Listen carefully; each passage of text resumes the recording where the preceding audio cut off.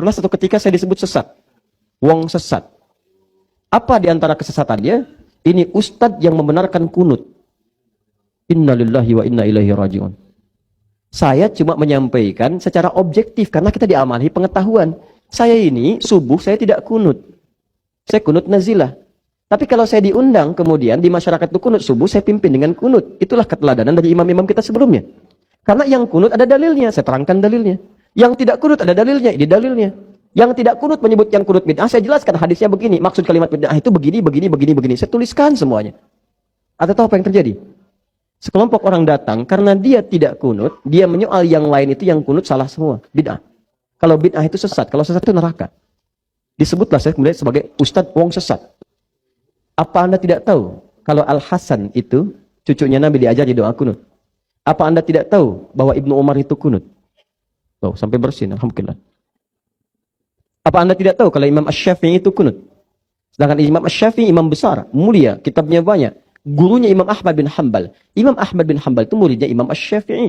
Mazhab Imam Ahmad bin Hanbal menyebar sampai punya murid. Kemudian ada Ibnu Taimiyah, Ibnu Qayyim Al-Jauziyah. Kekinian kemudian Syekh Nasruddin Al-Albani. Muhammad Nasruddin Al-Albani itu mazhab baik, di antaranya Hambali. Diambil oleh beliau banyak. Imam Ahmad bin Hanbal itu muridnya Imam Asy-Syafi'i, menyanjung Imam Asy-Syafi'i. Cuma pilihan dengan gurunya dalam kunut berbeda, tapi tidak pernah menyebut Imam Syafi'i bid'ah. Enggak pernah. Dan silahkan cek, enggak ada dalam zaman sahabat yang kunut dengan yang tidak saling menyalahkan, bahkan mencela dan sebagainya. Pada zaman Imam enggak ada. Antum kenal Imam Syafi'i? Oh iya, belakang ada yang kenal tuh. Oh biasa. Tuh, Imam Syafi'i datang ke majelisnya Imam Abu Hanifah. Imam Abu Hanifah sudah wafat. Jadi Imam Abu Hanifah itu wafat di tahun Imam Syafi'i lahir, 150 Hijrah. Yang ada di antara murid-muridnya, begitu datang ke sana dengan murid-murid Imam Syafi'i, subuh dimintalah beliau jadi imam. Murid yang mengatakan pendapat kita unggul nih. Karena kunut, Imam Abu Hanifah enggak kunut, mazhabnya tidak kunut. Bahkan murid-muridnya enggak kunut. Tapi begitu beliau sholat subuh, ternyata Imam Asy-Syafi'i tidak kunut. Bayangkan. Tidak kunut. Begitu selesai salam dan seterusnya, muridnya tanya, "Guru, kenapa Anda tidak kunut? Mazhab kita kan kunut."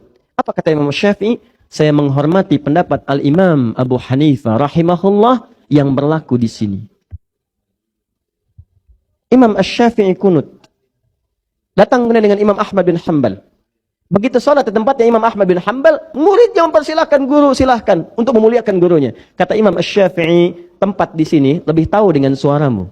Maksudnya kebiasaan sholatnya ngikuti kebiasaan kamu, jangan saya yang jadi imam. Itu fikihnya. Jadi kalau Anda datang ke tempat mazhab yang lain, Anda belajar fikih mazhab itu. Bukan orang itu disuruh ngikuti mazhab Anda. Salah. Saya di Indonesia, nggak ada mazhab di sini.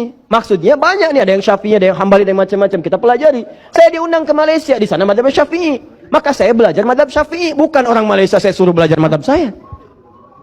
Bukan seperti itu caranya. Maka kata Imam Asy-Syafi'i, Anda yang imam. Begitu beliau imam, beliau nggak kunut. Dan Imam Syafi'i pun tidak kunut. Makmum di belakang muridnya tidak kunut. Dan yang paling hebat, setelah Imam Ahmad salam, Imam Syafi'i tidak sujud sahwi.